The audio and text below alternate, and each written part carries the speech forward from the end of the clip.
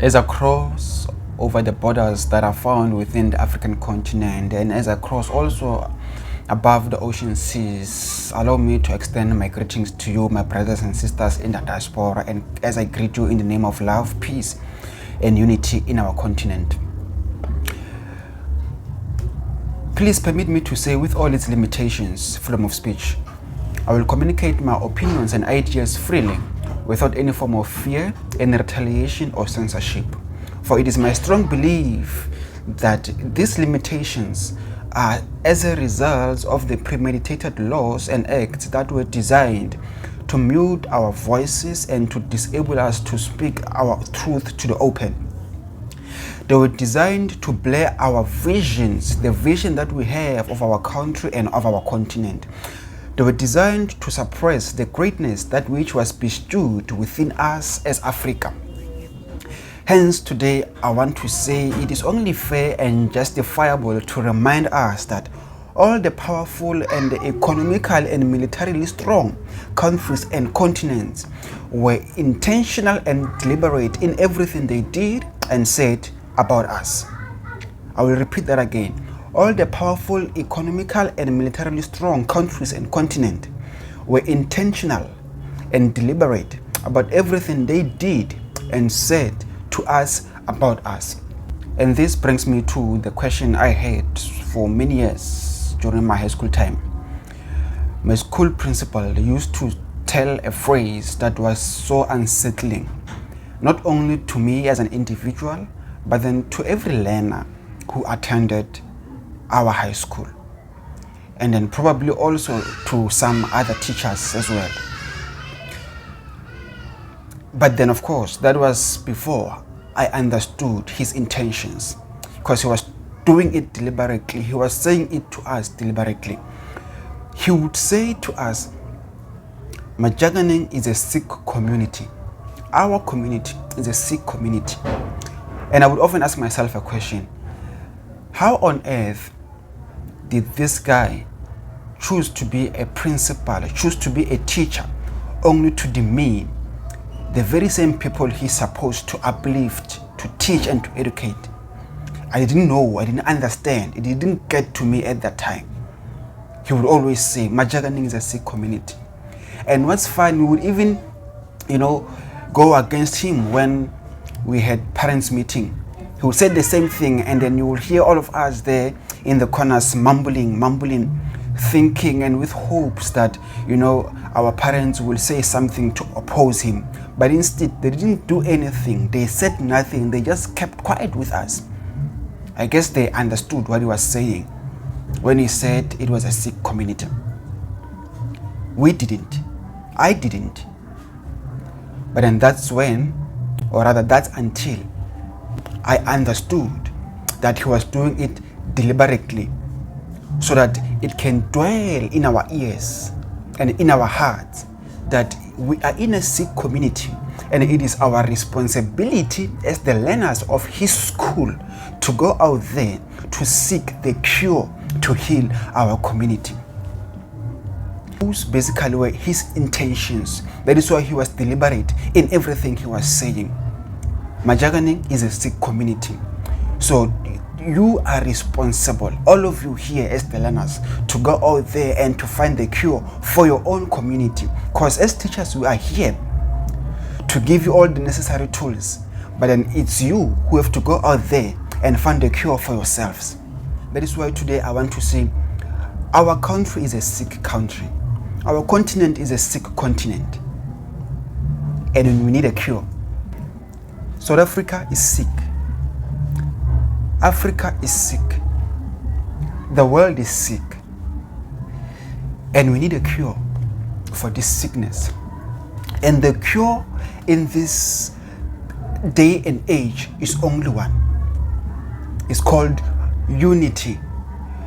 If we unite in South Africa, if we unite in Africa, if we unite in the diaspora and look back at home, focus at home in Africa, believe you me, we will find the cure that which we've been long looking for. Because our cure cannot be found and will never be found anywhere else but within ourselves. and within our own continent, within our own country. That's where we find the cure. That's where we can find healing. For this is time for us to heal. And then our healing will only come through our unity. We need to unite as the people of this land. That is why we are being deliberate and intentional in calling each and everyone who is of this African descendant to stand their ground and then do away with their pride and start investing into the youth of our communities, into the youth of the African community. This reminds me of the philosophies and the opinions of Marcus Musia Garvey. He said the political readjustment of the world means that those who are not sufficiently able, not sufficiently prepared, will be at the mercy of the organized classes for another 100 or 200 years. We were disorganized intentionally, more specifically from the 1884 to 1885 in the Berlin Wall. We were deliberately and intentionally disorganized. Hence, the greatest weapon used against us as Africa is disorganization. So to organize and be organized as a country and as a continent, it is necessary for us to keep at heart and in mind that whatsoever man has done, man can do. For there's nothing, literally nothing in the world that which is common to man that man cannot do. If they were able to disorganize us, it means we can be able to organize ourselves. We can be able to regroup ourselves. If the borders were set to separate us, we can use the very same borders to bring us together. There is a song we all know with lyrics that says, "Senzeni, what have we done?" It was an outcry of the South African people to the government of the time.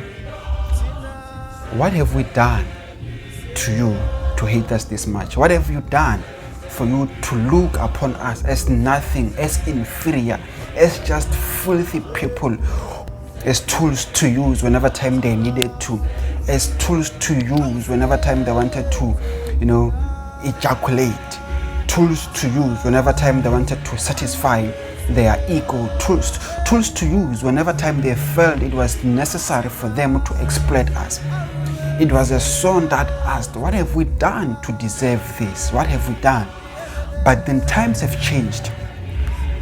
And the question today is, what have we done, senzeni na, to ensure that history never repeats itself?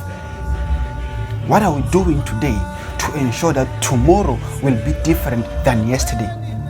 What are we doing now to ensure that the situation of today, tomorrow is no more, and those who will be alive tomorrow will no longer face the very same things that we faced? What have we done? Senzeni na.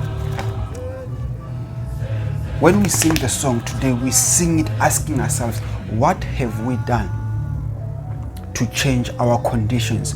What have we done to change our systems? What have we done to change our educational system? What have we done to build the infrastructures that will equip us, that will benefit us in the future in our communities? What have we done? We're asking now today. Hence we say we need to be intentional and deliberate with everything. Today I'm still calling on all of us to unite. I'm still calling on all the church leaders, in all the entertainers, the actors, the actresses, the artists, the singers, in all of us. I'm calling for our unity. For it is not only the job of the politicians, it is not only the job of those in parliament, it is not only the job of those who vote in power to unite us. It is us who need to unite ourselves and then put them in power so that they can listen to our cries and do as we want them to, as we demand them to. After all, that's what we call democracy.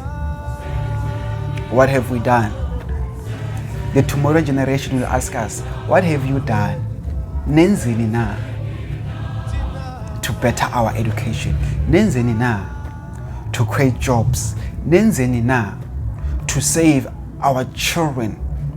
Nenzeni na to stop women and children violence? Nenzeni na to cap and to eliminate gender-based violence? Nenzeni na, what have you done? That is the tomorrow generation, to you and me. That is your daughter, that is your son, that is your great-grandchild asking you, wenzeni na, what have you done? We need to be intentional in everything that we do. We should no longer think of the feelings of other people, but that we should think of our future. We should think of the legacy that we want to leave for our children. Those who had our parents, those who had our grandfathers and mothers, who raped and exploited our ancestors, those who murdered our freedom fighters, those who tortured, hanged our freedom fighters, got away with it. And they did it with pleasure, with deliberate intentions. They knew what they were doing. There's no such a thing that I didn't see myself. It was not me. They knew what they were doing. They were intentional. Why don't we be intentional? Why? Jules Ferry, in the National French Assembly, he said in 1885 that the nations of Europe desire colonies for the following. One, they desired colonies, or let me say, they desired parts of Africa for these reasons. One, in order that they may have access to the raw materials of our continent, to have markets for sale of the manufactured goods of their home country, and then as a field for the investment of the surplus capital. That's what they wanted. Those were their intentions. That's why they introduced, or that's why they put borders. They put them deliberately with the intentions to exploit us, with the intentions to take from us, to steal from us, to use us. They were intentional. Let's speak of the IMF and the World Bank. We know they were intentional. They knew that one way or the other, after the war, Africa will rise massively strong, and then they will need funding to stand as the colonies will withdraw from their country. And they created all of these fundings, knowing exactly that we will get more out of them. We will loan them. It was intentional. It was deliberate. That is why now I say to all our businessmen and women, we need you to be deliberate and intentional. If you don't know how, here we are. We call on you to invest in us so that we can also make you more greater than the Oppenheimers and the Ruperts, than all of those who are great and controlling all the governments all over the countries and all over the continent and all over the world. In the next coming 10 years, it's you who can be the Oppenheimer. The next coming 10 years, it's you who can be the Rupert of this world. All you need to do is to open up your hearts and invest in the call we are making. That please look upon us as your supporters, as your uplifters, and as a source to increase your wealth. They'll be asking us tomorrow, what have we done to better our lives? What have we done to transform our country? Because of it is not only the job of the politicians, it's my responsibility and it's also your responsibility.